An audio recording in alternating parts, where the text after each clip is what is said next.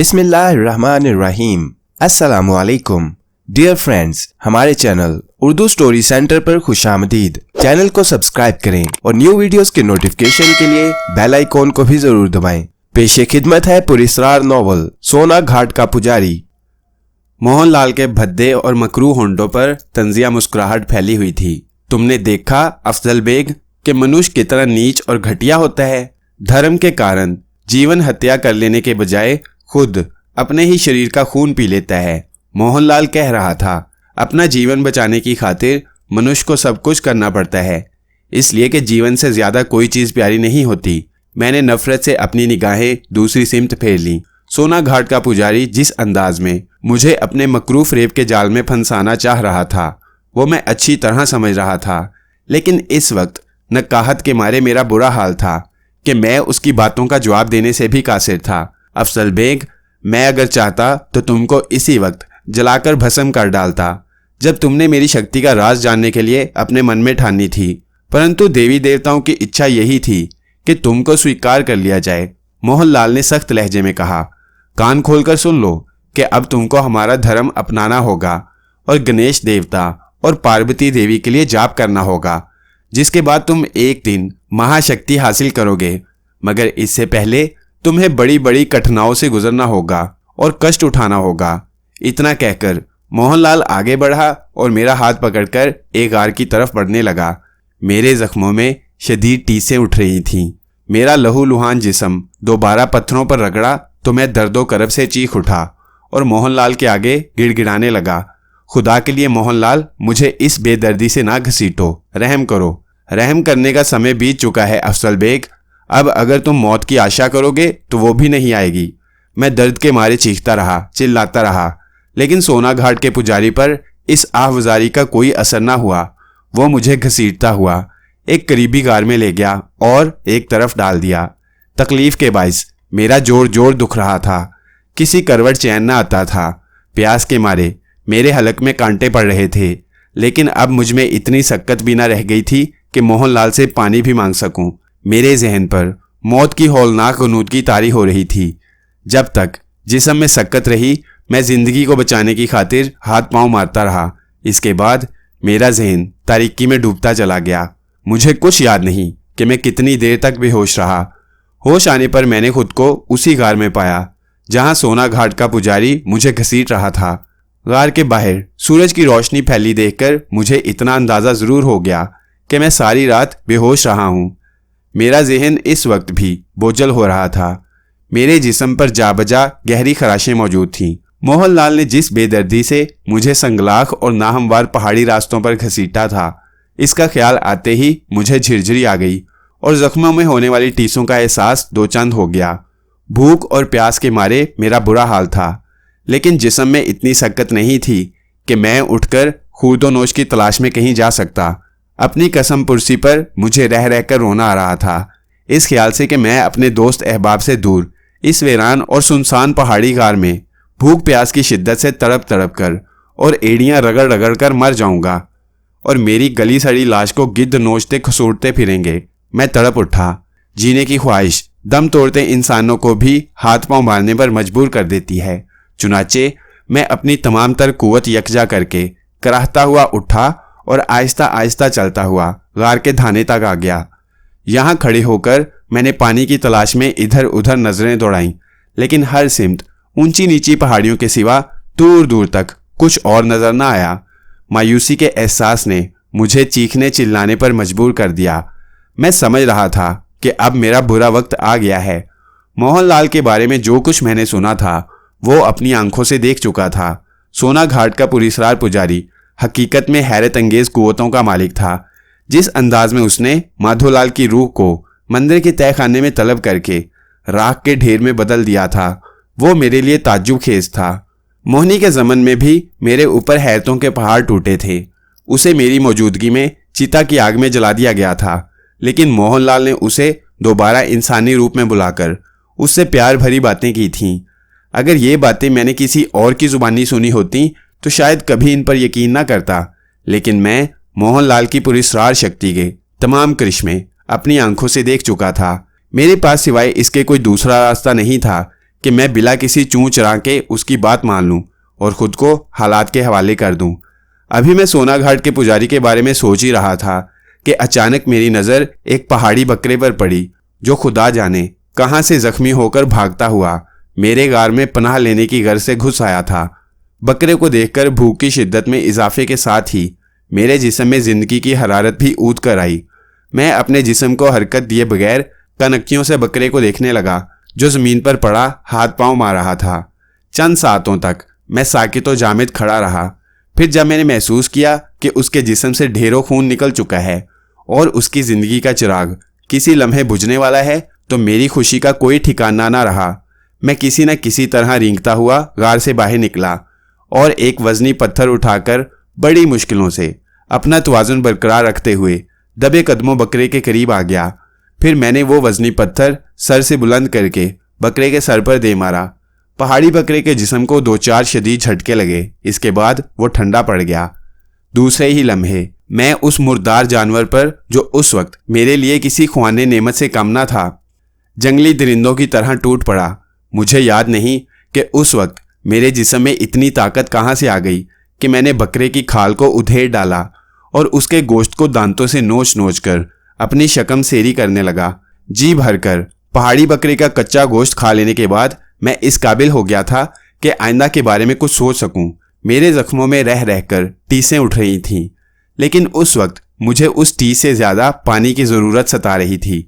चुनाचे मैं दोबारा उठा और पानी की तलाश में चल पड़ा। मेरी किस्मत अच्छी ही थी कि जो मुझे पानी की जुस्तजू में ज़्यादा देर तक न भटकना पड़ा। गार से कुछ दूर ही जाने के बाद मुझे एक जगह साफ शफाफ पानी मिल गया जो गालिबन किसी चश्मे से फूट रहा था। मैंने जल्दी से ज़मीन पर लेटकर अपनी प्यास बुझाई, फिर अपने ज़ख्म धोए और उन पर रेत भर ली। ज़ख्मों पर रेत भरने का ये मौसर तरीका मैंने अपने वालिद की रफ़ाकत में रहकर सीखा था। थोड़ी देर तक मैं सस्ताने की खातिर एक चट्टान पर बैठा रहा, फिर दोबारा उसी गार में आ गया जहां मोहनलाल मुझे छोड़ गया था। फरार होने के ख्याल को मैंने इसलिए जहन से निकाल दिया था कि अव्वल तो मैं इन पहाड़ी रास्तों से वाकिफ नहीं था, दूसरे अभी मेरी हालत भी इस काबिल नहीं थी कि मैं किसी तवील और दुश्वार गुजार सफ़र के लिए खुद को आमादा कर सकता। तीसरी और सबसे अहम वजह यह थी कि मुझे इस बात का ख़तरा भी लाहिक था कि फ़रार होने की सूरत में मुझे इन अजियतों से ज़्यादा बड़ी मुसीबतों से दो चार होना पड़ता जिनमें मैं इस वक्त मुब्तला था। इसलिए सोना घाट का पुजारी, जो हैरत अंगेज़ कुव्वतों का मालिक था, मुझे यकीनन ढूंढ निकालता। गार में आकर मैंने अपने जहन को झटक कर तमाम ख्यालात से छुटकारा हासिल किया और आराम करने की खातिर ज़मीन का एक टुकड़ा साफ करके लेट गया। पेट भरकर खा पी लेने की वजह से मैं चूंकि वक्ती तौर पर मुतमईन हो गया था, इसलिए जल्द ही मेरी आंख लग गई और मैं दुनिया और माफिया से बेखबर सो गया। अभी मैं ख्वाबे खरगोश के मज़े ले रहा था कि मुझे यूं महसूस हुआ जैसे कोई मुझे होले होले पुकार रहा है। मैंने आंखें खोलकर देखा तो कुर्ब ज्वार में कोई भी नजर न आया। मैं ये देखकर हक्का बक्का रह गया कि मैं इस वक्त पहाड़ी गार की बजाय एक सब्जाजार पर पड़ा हूँ जहाँ चारों तरफ हरियाली ही हरियाली है और पूरा इलाका फूल और फलदार दरख्तों से भरा हुआ है। मैं आंखें झपका झपका कर माहौल की रंगीनियों का जायजा लेने लगा। फिर मैंने घूमकर अपनी पुश्त की सिमत नज़र डाली तो ये देखकर शशदर रह गया कि वहाँ एक शानदार और पुरजलाल इमारत मौजूद थी जिसके फाटक के दोनों सतूनों पर पत्थर की बड़ी बड़ी मूर्तियाँ इस्तादा थीं। इमारत की बनावट किसी कदीम मंदिर से मिलती जुलती थी। मैं हैरत से आंखें फाड़े पत्थर की बनी हुई उस इमारत को तकता रहा। फिर मेरी नज़र अपने लिबास पर पड़ी तो मैं हैरान रह गया। उस वक्त मेरे जिस्म पर वो लिबास नहीं था जिसे पहनकर मैं गार में सोया था। इसकी बजाय मैं गैरवे रंग के हिंदुआना लिबास में मलबूस था।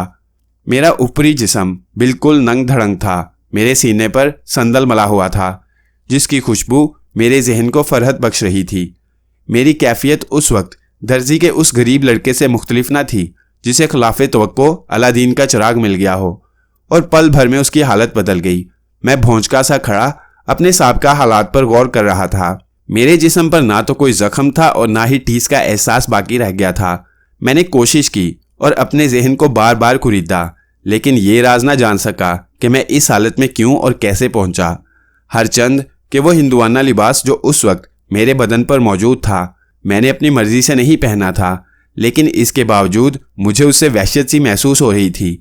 करीब था कि मैं आलमे वहशत और दहशत में उस लिबास को तार तार करके जिस्म से उतार फेंकता और नंग धड़ंग हो जाता कि यकलख्त फिजा घंटियों की आवाज़ से गूंज उठी।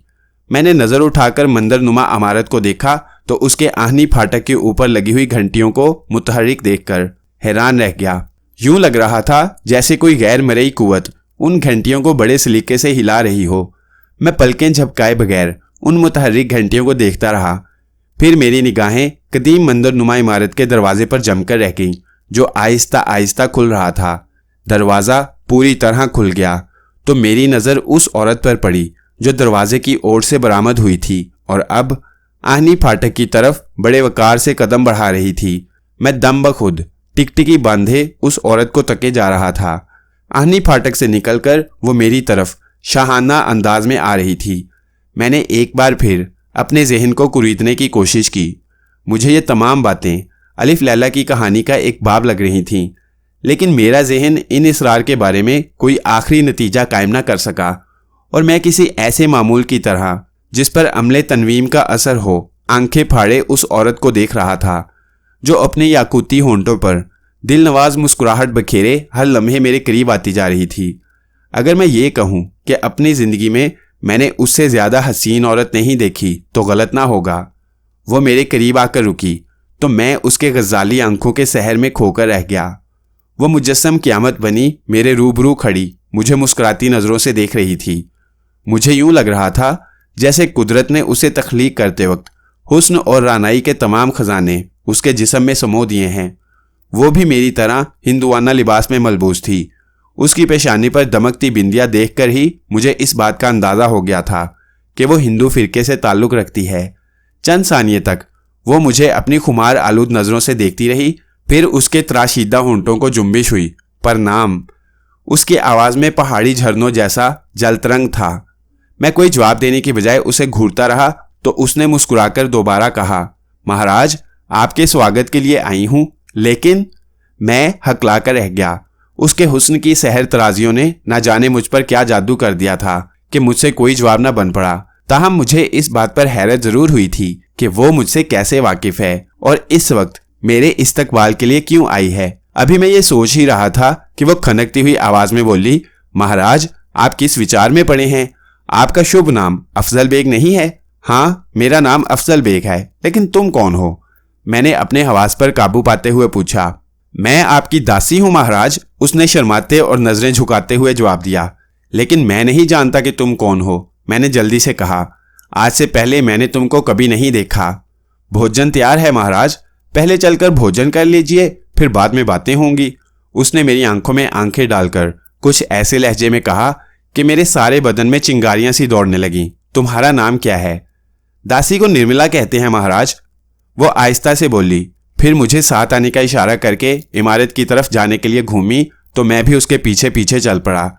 मैं उस कैफियत को कोई नाम देने से कासिर हूँ, लेकिन इतना ज़रूर जानता हूँ कि वो कोई ऐसी ही कुव्वत थी जिसने मुझे निर्मला की फरमाइश के आगे सरे तस्लीम खम कर देने पर मजबूर कर दिया था और मैं किसी फर्माबरदार बच्चे की मानिंद उसके पीछे पीछे इमारत की जानिब कदम उठा रहा था।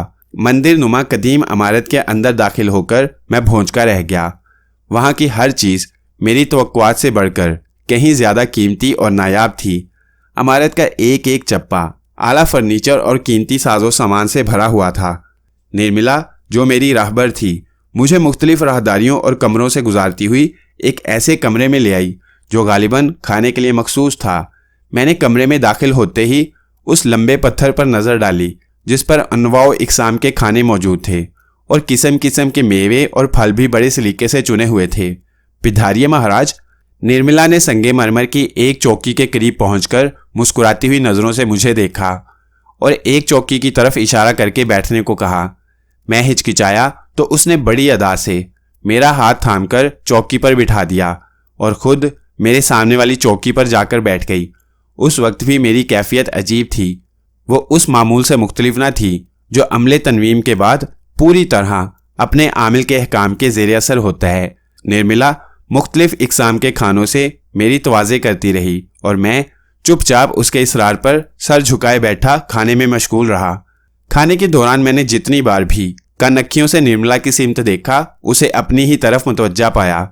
मुझे ये कहने में कोई हिजाब नहीं कि मैं निर्मला के रोबे हुस्न से बेहद मरऊब था और पहली नज़र में उसका गर्विदा हो गया था। महाराज, इसे भी खाकर देखिए। निर्मला ने खाने के दौरान एक बड़ी रकाब मेरी सिमत बढ़ाते हुए कहा, जिसमें किसी जानवर का भुना हुआ गोश्त मौजूद था। निर्मला, मैंने कदरे तवक्कुफ से दबी जुबान में कहा, अगर तुम बुरा ना मानो तो मैं एक बात कहूं। कहिए महाराज। वो अपनी मासूम निगाहें मेरे चेहरे पर जमाते हुए बोली, तुम मुझे महाराज की बजाय सिर्फ अफजल बेग कहो तो मुझे ज्यादा खुशी होगी। निर्मला ने मेरी बात का कोई जवाब नहीं दिया। चंद लम्हों तक होशरुबा नजरों से मुझे देखती रही। फिर उसने रकाब से भुने हुए गोश्त का टुकड़ा निकालकर मेरी प्लेट में डाला और निगाहें झुकाकर खाने में मशगूल हो गई। निर्मला का एक एक अंदाज ऐसा था कि हजार जान से उस पर निसार होने को दिल चाह रहा था। मैं एक लम्हे तक उसे मोहब्बत भरी नजरों से देखता रहा, फिर निर्मला की ख्वाहिश पर भुने हुए गोश्त की तरफ मुतवज्जा हो गया। गोश्त का एक टुकड़ा मुंह में रखते ही ना जाने क्यों मेरा दिल चाहा कि उसे हलक के नीचे उतारने के बजाय बाहर उगल दूं, लेकिन इस ख्याल से कि मुमकिन है निर्मला मेरी इस हरकत से नाराज हो जाए, मैंने वो टुकड़ा हलक के नीचे उतार लिया। गोश्त का जायका कैसा था मुझे कुछ याद नहीं, मगर इतना जरूर याद है कि मैंने इससे पेशतर इस किस्म का गोश्त कभी ना चखा था। बहरहाल निर्मला के इसरार पर मैंने वो सारा गोश्त किसी न किसी तरह खाया जो उसने अपने नाजुक हाथों से मेरे लिए निकाला था। अभी मैंने गोश्त का आखिरी टुकड़ा हलक के नीचे उतारकर पानी के लिए हाथ बढ़ाया ही था कि कमरे में गूंजने वाले कहकहे की आवाज़ सुनकर चौंक उठा। नज़र घुमाकर देखा तो सोना घाट का पुरस्कार पुजारी मोहनलाल मेरे पीछे खड़ा कहकहा लगा रहा था। मोहनलाल पर नज़र पड़ते ही मेरे जहन पर छाई हुई धुंध यकलख्त छट गई और मैं यूं उठकर खड़ा हो गया जैसे नींद से अचानक बेदार हो गया हूं। क्यों अफजल बेग, पेट भरकर भोजन कर लिया तुमने? मोहनलाल के होंठों पर शैतानी मुस्कुराहट खेल रही थी। मैंने मोहनलाल की बात का कोई जवाब ना दिया। अब तक मैं जिस कैफियत को एक हसीन ख्वाब समझ रहा था उसका तिलिस्म मोहनलाल की आवाज़ सुनते ही टूट गया था।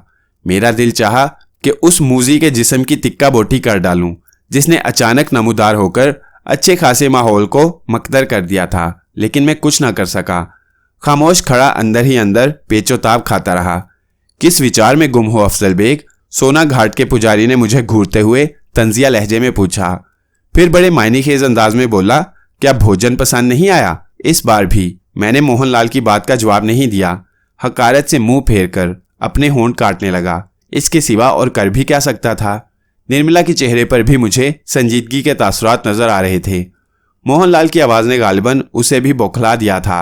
आराम से बैठो अफजल बेग, मुझे देखकर तुम खड़े क्यों हो गए? सोना घाट के पुजारी के लहजे में गहरा तंज था। मैंने घूमकर गुसीली नज़रों से मोहनलाल को देखा, फिर जल्दी से अपनी चौकी पर बैठ गया। अफजल बेग, मेरी बातों पर सोच विचार कर लिया तुमने या अभी और समय दरकार है? मोहनलाल ने निर्मला के करीब जाकर एक खाली चौकी पर बैठते हुए मुझे मुखातिब किया। नहीं, मैंने तुरश रोई से जवाब दिया, मुझे तुम्हारी कोई शर्त मंजूर नहीं है। धर्म बहुत प्यारा है तुमको, क्यों? हाँ, मैंने तिल मिलाकर जवाब दिया। अभी तक? क्या अब भी तुम अपने धर्म का दम भरते हो? जबकि मोहनलाल मुस्कुराकर बोला। मोहनलाल, मैंने उसकी बात काटकर तेजी से कहा, तुम जो चाहो मैं करने के लिए तैयार हूं, लेकिन धर्म के मामले में तुम मुझे मजबूर नहीं कर सकते। धर्म? मोहनलाल का लहजा मायने खेज था। अफजल बेग, तुम जिस धर्म की बात कर रहे हो उसे तो तुम खुद ही नष्ट कर चुके हो। क्या मतलब? मैंने चौंकते हुए मोहनलाल की तरफ देखा। तुम अपनी जहरीली और लच्छेदार बातें खत्म करके सीधी तरह मुझसे गुफ्तगू नहीं कर सकते। तुम समझना चाहते हो अफजल बेग कि मैं क्या कह रहा हूं? तो लो सुनो। मोहनलाल ने मुझे घूरते हुए कहा, अभी तुमने जिस गोश्त का स्वाद ले लेकर खाया है वो सुअर का गोश्त था। बोलो अफजल बेग, क्या सुअर का गोश्त खाने के बाद भी तुम मुझसे धर्म की बात करोगे? सुअर का नाम सुनते ही मैं लरज उठा। इस ख्याल से कि मैंने सुअर का गोश्त खा लिया है मेरी रूह तड़प उठी। मैं मोहनलाल को इंतहाई हकारत भरी निगाहों से घूरने लगा। उस मरदूद ने मेरे साथ जो कुछ किया वो मेरे लिए नाकाबिले बर्दाश्त था। गुस्से के मारे मैं सरतापा कांप रहा था। ताहम मैं भी अच्छी तरह जानता था कि उस मूजी से टक्कर लेना मेरे लिए मौत को दावत देने के मुतरादिफ होगा। चुनाचे मैंने उसकी बात का कोई जवाब नहीं दिया। उसे नफरत भरी नजरों से घूरता रहा और दिल ही दिल में खुद को लान तान भी करता रहा। मुझे रह रहकर बड़ी शिद्दत से उबकाई आ रही थी, लेकिन मैं जब्त किए हुए था। मैं नहीं चाहता था कि मोहनलाल को मेरी हंसी उड़ाने का मौका मिले। मुझे उस वक्त निर्मला भी नागिन की तरह नजर आ रही थी, जिसने अपने हुस्न की हशर सामानियों की आड़ लेकर मुझे डस लिया था। अगर मेरे बस में होता तो मैं उन दोनों के टुकड़े टुकड़े कर डालता, मगर उस वक्त मैं सिवाय अपनी बेबसी पर कफे अफसोस मलने के और कुछ भी नहीं कर सकता था। मैं चारों तरफ से खुद को घिरा हुआ महसूस कर रहा था। मोहनलाल कुछ देर तक मेरे चेहरे के बदलते हुए तासुरात और मेरी दिली कैफियत का अंदाजा लगाता रहा। फिर मेरा मज़ाक उड़ाते हुए बोला, चुप क्यों हो अफजल बेग? तुम तो मुझे नीचा दिखाने और मेरी शक्ति का राज जानने के लिए आए थे। मैं अब भी तुमको नीचा दिखाने की ताकत रखता हूँ, लेकिन शर्त यह है कि तुम अपने बीरों और काले इल्म से काम ना लो। मोहनलाल ने मेरी बेबसी का मज़ाक उड़ाया तो मैं अपना गुस्सा जब्त न कर सका और सीना तान कर उठ खड़ा हुआ। बैठ जाओ अफजल बेग, क्यों अपनी जान के पीछे पड़े हो? मोहनलाल ने बड़े पुरवकार लहजे में कहा। फिर मुझे घूरते हुए बोला, तुम भूल जाते हो कि तुम किसके सामने ऐसे शब्द निकाल रहे हो? क्या अब भी तुम्हें मेरी शक्ति पर कोई शक है? क्या तुम नहीं जानते कि मैं तुम्हारे साथ रियायत बरत रहा हूं? मैं कोई जवाब देने की बजाय खामोश खड़ा उसे घूरता रहा। मोहनलाल ने जो कुछ कहा था वो गलत नहीं था, ताहम उसके सामने हथियार डालने को मैं अपनी तौहीन समझता था। मुझे पता है अफजल बेग कि तुम एक बलवान मनुष्य हो, पर तुम मूर्ख भी हो। तुम मेरे सिलसिले में आखिर ये रियायत क्यों कर रहे हो? मैंने गुस्से से कहा। इसकी चिंता मत करो, एक दिन तुम खुद जान जाओगे, लेकिन उस राज तक पहुंचने से पहले तुम्हें बड़ी कठिनाइयों से गुजरना होगा। और हाँ, इसके लिए तुम्हें अपना धर्म भी बदलना होगा। मोहनलाल, मजहब बदलने के नाम पर मैं एक बार फिर आपे से बाहर हो गया। हो सकता है कि तुमने अपनी नापाक ख्वाहिशात की तकमील की खातिर धोखे से मुझे हराम चीज का गोश्त खिलवा दिया हो, लेकिन अगर मुझे मालूम होता तो तुम मरते मर जाते, मगर अपने मकसद में कभी कामयाब न होते। तुम बहुत नादान हो अफजल बेग, मेरी मानो तो हट धर्मी छोड़ दो, अब समय नहीं है। सोना घाट के पुलिसवाल पुजारी का लहजा इस कदर सर्द और धमकी आमेज था कि मैं फौरन ही कोई जवाब देने की हिम्मत ना कर सका।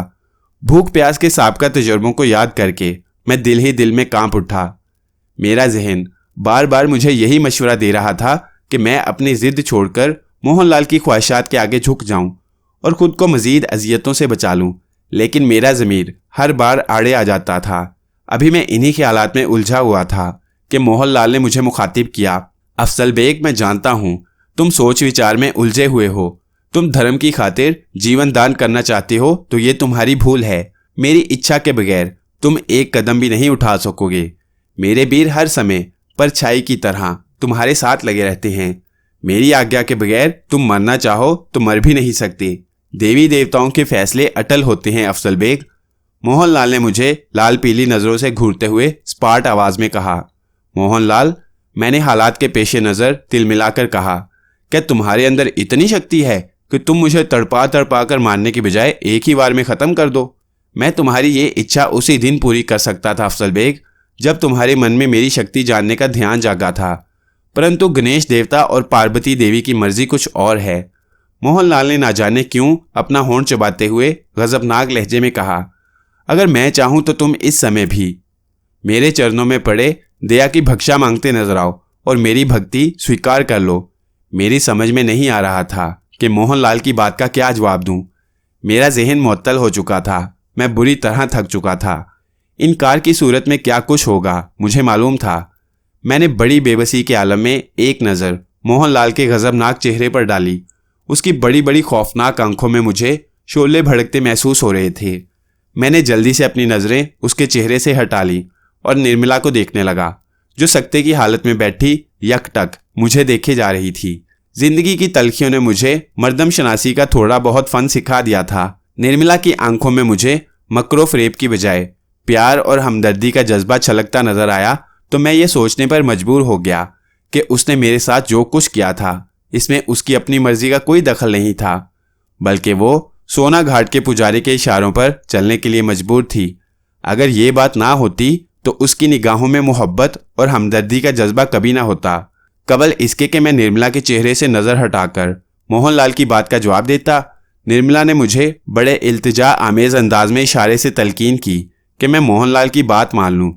हरचंद के उस वक्त मैं जिन हालात से दो चार था उनमें मोहब्बत का तस्वुर भी महाल था, लेकिन इसके बावजूद मैं महसूस कर रहा था कि मेरा दिल निर्मला की तरफ खिंचे जा रहा है और इस जज्बे के साथ ही जिंदा रहने की तमन्ना भी मेरे दिल में करवटें ले रही है। मैं कोशिश के बावजूद निर्मला के चेहरे से अपनी नजरें न हटा सका। कहाँ खो गए हो अफजल बेग? मोहनलाल ने मुझे दोबारा मुखातिब किया तो मैं इस तरह चौंका जैसे कच्ची नींद से अचानक बेदार हो गया हूँ। निर्मला के चेहरे से नजर हटाकर मैंने मोहनलाल को देखा, जिसके होंठों पर बड़ी मायने खेज मुस्कुराहट फैली हुई थी। मैं अभी कोई जवाब देने के लिए सोच ही रहा था कि मोहनलाल ने कहा, अफजल बेग, अगर तुम मेरी भक्ति कबूल कर लो तो निर्मला पुजारन तुम्हें दान दी जा सकती है। मैं तैयार हूँ, मैंने बेख्तियार जल्दी से कहा और निर्मला की तरफ देखने लगा, जो मेरा फैसला सुन लेने के बाद बड़े दिलकश और मासूमाना अंदाज में नजरें झुकाए मुस्कुरा रही थी। मुझे पूरा विश्वास था अफजल बेग कि तुम मेरा कहा मान जाओगे, मोहनलाल ने फातिहाना अंदाज में मुस्कुराते हुए कहा। फिर मेरे करीब आकर मेरा शाना थपथपाते हुए बोला, अफजल बेग, मैं अपने दिए हुए वचन के मुताबिक तुम्हें अपनी चौथाई शक्ति दान करने को तैयार हूँ, परंतु इसके लिए पहले तुम्हें कुछ दिनों बड़ा कड़ा जाप करना होगा और ये साबित करना होगा कि तुम्हारे मन में कोई खोट नहीं है। मैंने अपने होंठ सख्ती से भींच लिए। मोहनलाल ने मेरे चेहरे पर छाई हुई बेबसी देखी तो बड़े फलसफियाना अंदाज में मुझे समझाने लगा, अफजल बेग, जीवन इस धरती पर सबसे सुंदर चीज का नाम है। अगर इसकी सुंदरता में किसी मनपसंद कन्हैया का प्रेम भी मिल जाए तो फिर मनुष्य के लिए ये धरती भी स्वर्ग समान बन जाती है। निर्मला तुम्हारे लिए एक अच्छी साथी साबित होगी। मैं अब भी खामोश रहा। मेरा ज़मीर मुझे रह रहकर मुलामत कर रहा था, लेकिन अब मैंने अपने ज़मीर का गला बड़ी सख्ती से दबा रखा था। निर्मला को पाकर जिंदा रहने की ख्वाहिश हर लम्हे बढ़ती जा रही थी। मुझे ज़िंदगी बड़ी हसीन नज़र आ रही थी। निर्मला की गिजाली और शौक मुस्कुराहटों ने न जाने मुझ पर क्या जादू कर दिया था कि मैं मोम की तरह पिघल कर रह गया था। मैंने फैसला कर लिया था कि ज़िंदगी जैसी कीमती और अनमोल शय को अब किसी कीमत पर अजियतों के हवाले ना करूँगा। इसके बरअक्स जिंदा रहकर ज़िंदगी के मज़े लूटूंगा।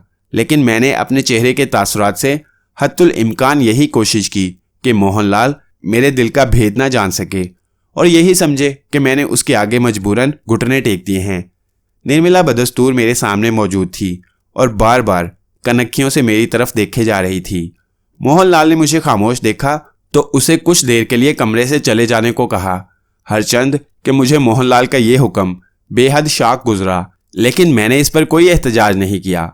निर्मला के कमरे से चले जाने के बाद सोना घाट का पुरस्कार पुजारी चंद लम्हे तक खामोश खड़ा टिकटिकी बांधे मुझे घूरता रहा।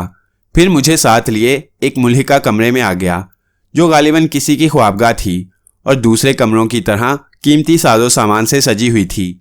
मैं मोहनलाल के इशारे पर उसके सामने बैठ गया तो उसने मुस्कुराते हुए कहा, अफजल बेग, देवी देवताओं की महान शक्ति के सामने दिल के भेद कभी छुपे नहीं रह सकते। मुझे मालूम है तुम क्या सोच रही हो। मैं खुश हूं कि तुमने जीवन दान देने के फैसले को बदलकर खुद को नए जीवन में ढालने का फैसला कर लिया। अब तुम नई शक्ति का मजा लूटोगे। मैंने चौंक कर मोहनलाल को देखा। मुझे हैरत थी कि आखिर उसने मेरे दिल का भेद कैसे पा लिया, जबकि मैंने अपने चेहरे पर गहरी संजीदगी तारी कर रखी थी। ताहम मुझे इस बात पर ज्यादा अचंभा नहीं हुआ, इसलिए कि मैं सोना घाट के पुजारी के करिश्मे अपनी आंखों से देख चुका था। कुछ देर तक मैं उसे सपाट नजरों से घूरता रहा। फिर मैंने दबी आवाज में कहा, मोहनलाल, मैं तुम्हारी इस बात से इनकार नहीं करूंगा कि जिंदा रहने की ख्वाहिश ने मुझे अपना फैसला बदलने पर मजबूर कर दिया। एक बात याद रखना, अगर तुम अपने वादे से फिरे या मेरे साथ कोई धोखा करने की कोशिश की तो फिर मुझसे बुरा कोई ना होगा। धोखा? मोहनलाल बड़े पुरवकार अंदाज में हंसा, फिर ठोस लहजे में बोला, अफजल बेग, क्या तुम ये समझते हो कि मुझे तुम्हारे साथ धोखा करने की जरूरत पड़ेगी? क्या तुम मेरी शक्ति के कुछ और तमाशे देखना चाहते हो? क्या तुम्हें यह विश्वास नहीं कि एक लम्हे में तुम्हें मनुष्य से चौपाया बनाया जा सकता है? मुझे अब क्या करना होगा? मैंने जल्दी से गुफ्तगू का रुख बदलने की खातिर कहा। मोहनलाल की कुव्वतों का तमाशा मैं पहले भी देख चुका था, इसलिए अब उसके साथ मजीद उलझना बईद अज दानिशमंदी था। सबसे पहले तुम्हें एक ऐसा चीला बनकर दिखाना होगा जो गुरु की आज्ञा का पालन करना अपना धर्म समझता है। उसके बगैर तुम्हारी तपस्या बेकार होगी। क्या तुम अपनी शक्ति के जरिए मेरे दिल का राज नहीं जान सकते? मैंने उसे बड़ी नरमी से मुखातिब किया। मैं जानता हूं कि तुम मेरी आज्ञा का पालन करोगे परंतु मुझे ये भी पता है कि तुमने निर्मला की खातिर मेरा सेवक बनने का फैसला किया है। हाँ, यह गलत नहीं है, मैंने साफगोई से जवाब दिया। अफजल बेग, मोहनलाल ने अपने गलीज होंठों पर बड़ी मकरू मुस्कुराहट बखेरते हुए कहा, अपने वचन के मुताबिक मैं निर्मला पुजारन को तुम्हें दान कर चुका हूं। तुम जिस तरह चाहो उसे इस्तेमाल कर सकते हो, पर मेरी तरह निर्मला को तुम उसी समय हासिल कर सकते हो जब तुम जाप और ज्ञान ध्यान की कड़ी परीक्षा में सफल हो जाओ। निर्मला अब तुम्हारे साथ है। मैंने तुमको वचन दिया है, परीक्षा के बाद निर्मला पूरी तरह तुम्हारी हो जाएगी और फिर निर्मला क्या, तुम पाप और पुण्य के चक्कर को खुद समझने लगोगे। तुम जान जाओगे कि मनुष्यों ने अपने लिए खुद ही कैसा जाल बुन रखा है। धरती अफजल बेग एक धोखा है और मनुष्य एक मूर्ख जानवर है। हाँ, ज्ञान ध्यान से मनुष्य पैदा होता है जो सब कुछ जानता है। जिसने ये शक्ति हासिल कर ली उसने अपने जीवन में खुशियां भर ली। सब लोग इस संसार में अंधे बनकर रहते हैं। धर्म के सच्चे पुजारियों की ही आंखें रोशन होती हैं और आंखों में ये रोशनी यूं ही नहीं आ जाती। इसके लिए खुद को बदलना होता है, आधा जीवन त्याग देना होता है। देवता तरह तरह से परीक्षा लेते हैं और फिर कहीं जाकर कुछ दान देते हैं। तुम तो बहुत धनी हो अफजल बेग, तुम पर देवता मेहरबान हैं। मैं सर झुकाए बैठा मोहनलाल की नाकाबिले फहम बातें सुनता रहा। कुछ देर तक वो मुझे गुनाहों सवाब और दुनिया के रंगे सियारों के बारे में बताता रहा। फिर बड़ी संजीदगी से बोला, अफजल बेग, मैं ये भी जानता हूं कि एक दिन तुम देवी देवताओं और बलवानों की इसी शक्ति के मालिक बन जाओगे। ये भी अवश्य है कि तुम अपनी महान शक्ति के नशे में मुझसे टक्कर लेने की कोशिश करोगे, परंतु ये ध्यान हमेशा रखना कि तुम मेरे सेवक हो और सेवक ही रहना तुम्हारे लिए बेहतर है। अगर ये बात है तो फिर तुम मुझे अपना चेला बनाने पर क्यों बजीद हो? मैंने हैरत से पूछा। मोहनलाल के चेहरे पर अचानक छा जाने वाली गंभीर संजीदगी मेरी समझ में नहीं आई थी। इसकी चिंता मत करो, मोहनलाल खुश्क आवाज में बोला, एक समय आएगा जब तुम सब कुछ जान जाओगे। मेरे लिए अब क्या हुक्म है? इस बार मैंने कदरे उकताए हुए लहजे में पूछा। तुम्हें यहां से अयोध्या का रुख करना होगा, जहां 6 माह तक तुम्हें एक मंदिर में बैठकर गणेश देवता और पार्वती देवी के लिए कड़ा जाप करना होगा। मोहनलाल ने एक तवील सांस लेकर कहा, अयोध्या पहुंचकर तुम्हें मेरे सबसे महान सेवक अर्जुन सिंह से मिलना होगा। फिर जैसा वो कहेगा वैसा ही करना। लेकिन मैं अयोध्या जाकर अर्जुन सिंह को कहां तलाश करता फिरूंगा? मैंने चौकी पर पहलू बदलते हुए पूछा। तुम्हें उसके लिए भटकना नहीं पड़ेगा, अर्जुन को तुम्हारे पहुंचने की इतला मिल जाएगी। इसके अलावा निर्मला भी अर्जुन को जानती है। ठीक है, मैं कल ही निर्मला को लेकर रवाना हो जाऊंगा, मैंने तेजी से जवाब दिया। मैं सब कुछ जल्द हासिल करना चाहता था। मैंने मोहनलाल से कहा, तुमने मुझे ये नहीं बताया मोहनलाल कि वादे के मुताबिक तुम अपनी चौथाई शक्ति मुझे कब दान करोगे? मोहनलाल मेरे सवाल पर मुस्कुराया, फिर बोला, देवी देवता अपने दिए हुए वचन से कभी नहीं फिरा करते अफजल बेग। तुम अयोध्या पहुंचकर जाप शुरू कर दो, अभी तो तुम्हें बहुत काम करना है। और हाँ, आज से तुम्हारा नाम अफजल की बजाय कृष्ण कुमार होगा। मोहनलाल, क्या अब तुम मुझे बताओगे कि ये कौन सा इलाका है और वो पहाड़ी कौन सी थी जिस पर मुझे कैद किया गया था? मैंने अपने नाम के सिलसिले में कोई एतराज नहीं किया। इस समय तुम जिस इलाके में हो इसके बारे में मैं तुमको कुछ नहीं बता सकता, परंतु जिस पहाड़ पर तुम पहले थे वो वंदियाचल का एक ऐसा दुश्वार गुजार सिलसिला है जहां आज तक तुम्हारे सिवा किसी दूसरे मनुष्य का गुजर नहीं हुआ। मुझे यहां तक कौन लाया था? मैंने दूसरा सवाल किया तो मोहनलाल मायनी खेज अंदाज में मुस्कुराकर बोला, अफजल बेग, क्या निर्मला पुजारन के प्यार में तुम ये भूल गए कि इस समय तुम किसके सामने बैठे हो? मेरा ख्याल है कि यह हरकत तुम्हारे वीरों की है। मैंने जल्दी से बात बनाते हुए फिर मौजू बदलकर कहा, अयोध्या तक जाने के लिए सफर का क्या बंदोबस्त है? तुम बहुत जल्दी कर रहे हो। 2-4 दिन तुम निर्मला के साथ गुजारो, पर यह ख्याल रहे कि निर्मला तुम्हारी होकर भी तुम्हारी ना होगी। उसे मुकम्मल तौर पर हासिल करना तभी मुमकिन है जब तुम परीक्षा में कामयाब हो जाओगे। अभी तुम्हें बहुत दिनों तक उसके लिए बेचैन रहना होगा, फिर मैं सारा बंदोबस्त कर दूंगा। मोहनलाल से फरागत हासिल करने के बाद मैं कमरे से बाहर आया तो निर्मला सामने वरांडे में खड़ी मेरी राह तक रही थी। उसने जिन नजरों से मुझे देखा उसमें ना जाने क्या कशिश थी कि मैं सब कुछ भूलकर उसकी तरफ खिंचा चला गया। वो मुझे एक दूसरे कमरे में ले गई। वो कमरा साजो सामान के एतबार से उन तमाम कमरों से बेहतर था जिन्हें मैं अब तक देख चुका था। ये आप ही का कमरा है महाराज, निर्मला ने दबी जुबान में कहा। अब आप आराम कीजिए और अगर किसी चीज की जरूरत हो दासी को आवाज दे लीजिएगा। निर्मला, मैंने उसे प्यार से देखकर शिकायत भरे लहजे में कहा, एक बात कहूं, मानोगी? आप आज्ञा करें महाराज, दासी की क्या मजाल कि इनकार कर दे। तुम मुझे महाराज की बजाय मेरे नाम से मुखातिब किया करो, यह घोर पाप होगा महाराज। निर्मला ने जल्दी से कहा, अगर मोहनलाल जी महाराज को भनक पड़ गई तो मेरा सारा जीवन कष्ट उठाते गुजरेगा। मैं आपकी दासी जो हूं, मोहनलाल तुम्हें मुझे बख्श चुका है और अब उसे तुम्हारे ऊपर कोई हक नहीं रहा। मैंने उसे प्यार से समझाया।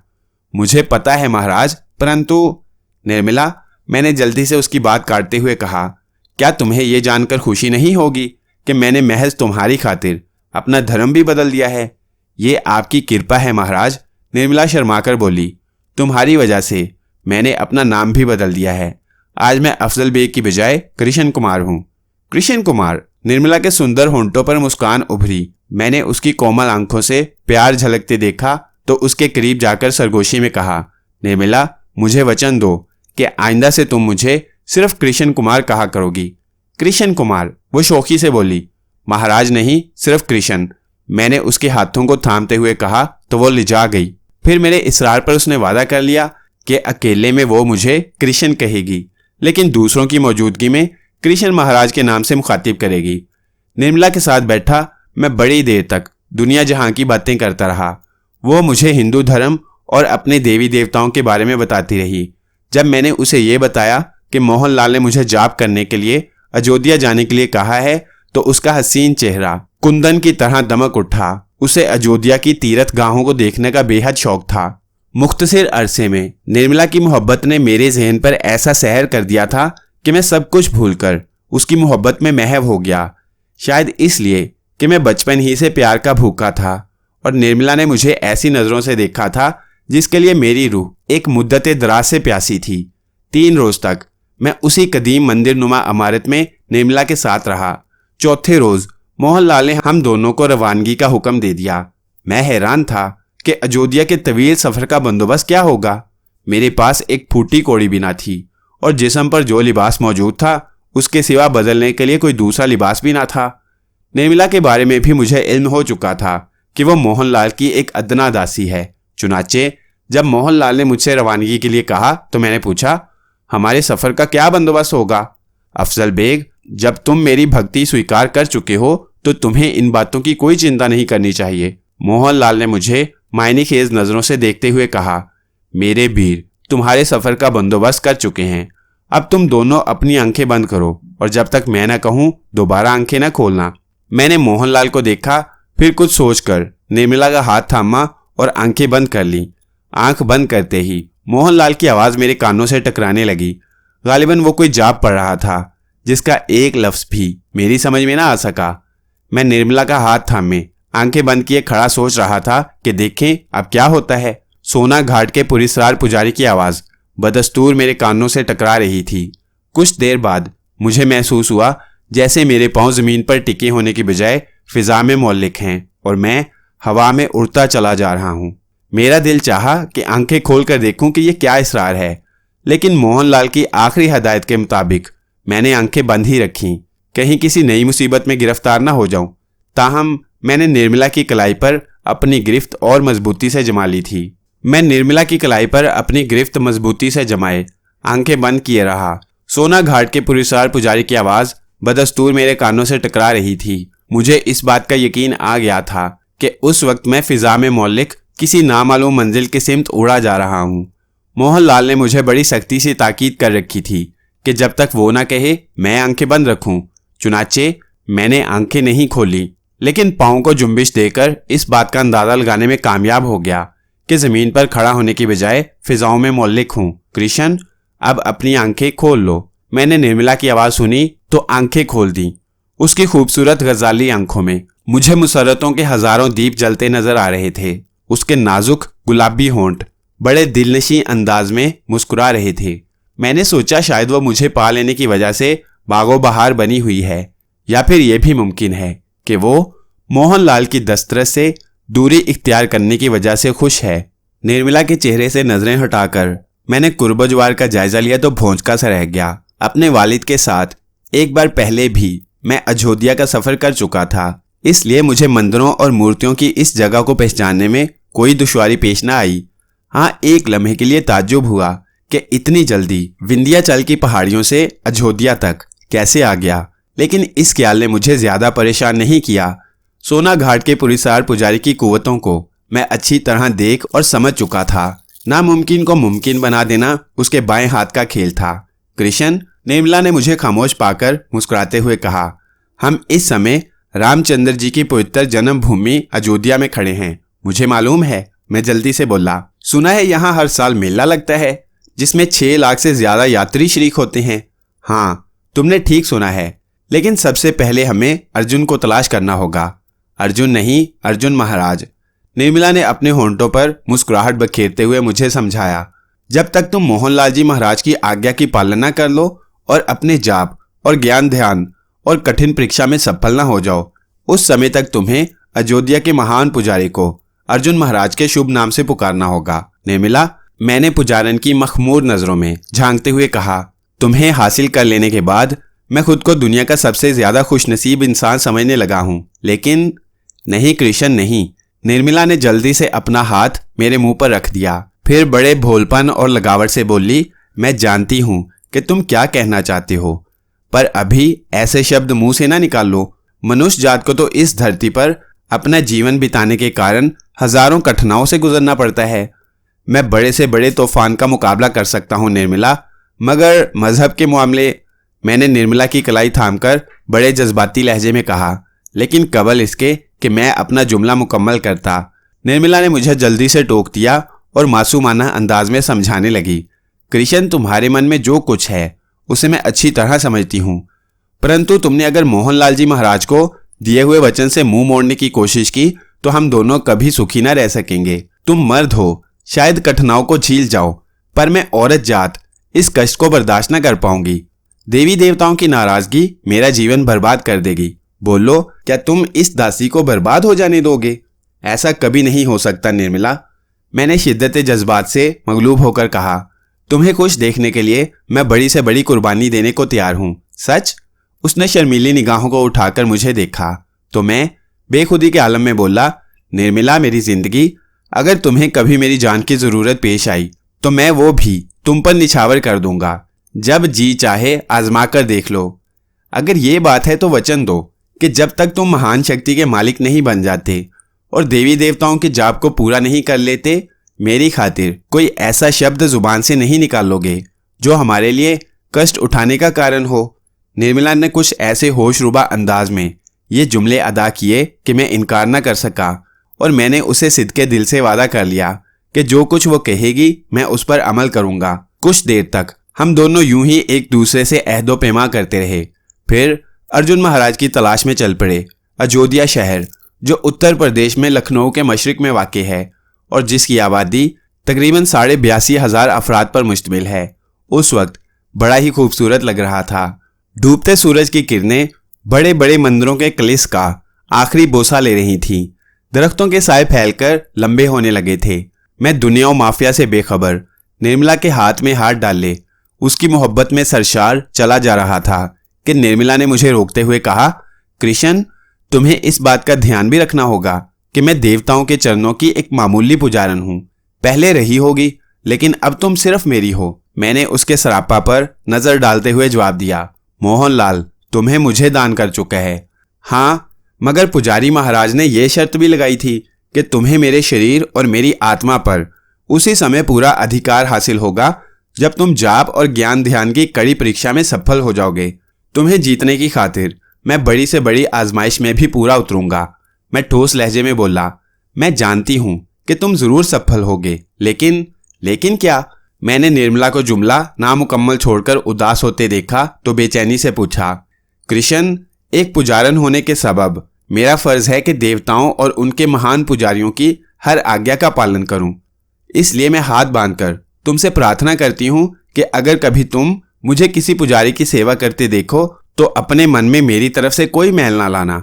निर्मला ने मुझे अपनी मजबूरियों का एहसास दिलाने की कोशिश की तो मैं तड़प कर बोला, ऐसा नामुमकिन है निर्मला। अगर किसी ने तुम्हारी तरफ बुरी निगाहों से देखा तो मैं उसकी आंखें निकाल लूंगा। ऐसा कभी ना करना। निर्मला बड़ी वारफ्तगी के आलम में बोली, मैं तुमको वचन देती हूँ कि कोई मेरा शरीर नहीं छू सकेगा, लेकिन महान पुजारियों की सेवा करना मेरा धर्म है।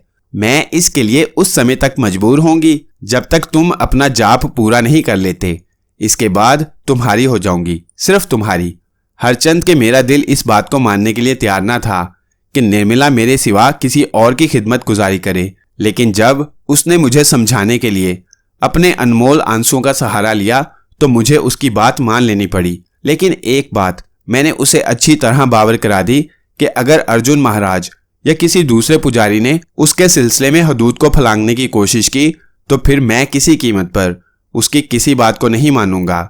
निर्मला ने मेरी इस बात को फौरन मान लिया और मेरा हाथ थामकर दोबारा आगे बढ़ने लगी। ये कहानी अभी जारी है। वीडियो पसंद आई तो लाइक करें, चैनल को सब्सक्राइब करें और वीडियो को ज्यादा से ज्यादा शेयर करें। मिलते हैं अगली वीडियो में। अल्लाह हाफिज।